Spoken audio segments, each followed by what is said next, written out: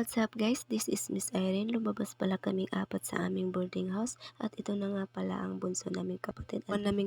Ito kasing ate ko, ilibre daw niya kami ng corneto kaya wala nang patumpak-tumpak pa. Dito na nga pala kami sa terminal guys. Sakit pala sa paa guys. Dadaan muna kami sa terminal guys bago kami dumating dun sa 7-Eleven. So guys, lakad-lakad muna for this video papuntang 7-Eleven. So ayan guys, dumating na nga pala kami dito. Papasok na kami para pumili na kung anong gustong flavor. Pero siya pa rin ang pipiliin ko. Hoy!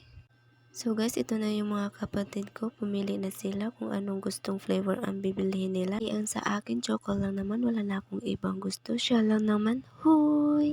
Yan guys, tingin-tingin muna tayo dito sa salamin nilang maganda.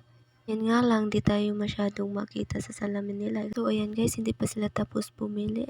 Sarap lang naman yan lahat. At ito yung bunsong kapatid namin guys. Huy, anong sinisilip mo dyan? Crush mo no? Joke, salamin lang pala. At ayan guys, tingin-tingin muna tayo dito sa mga paninda nila. Yung masasarap, wala tayong pambili.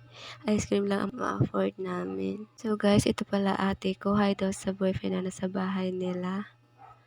Ayan guys, yan ate ko. At bunso namin kapatid na mahiyain. So ayan guys, may nakita silang isang malaking lollipop, hinawakan lang, hindi binili. Na guys, bumalik na kami sa bibilihin namin na cornito. Huy, ano ba kasi? Bibili ba kayo o hindi? Ang dami kasi, ayan, ang tagal pumili. Yan na lang kasi piliin nyo. Huy! Ayan, tuwang-tuwa pa yung ate ko. Choco na lang kasi bibilihin nyo. Ano ba kasing masarap, siya o yung cornito? Ang tagal nyo kasing pumili. So ayan guys, choco na lang daw din ang pipiliin nila. At ayan guys, tapos na kami pumili at palabas na kami. Nauna nga pala kami lumabas sa isa naming kapatid kasi siya yung pumunta sa cashier para magbayad sa kinuha naming cornito. So ayan guys, naghihintay kami dito sa kanya for this video.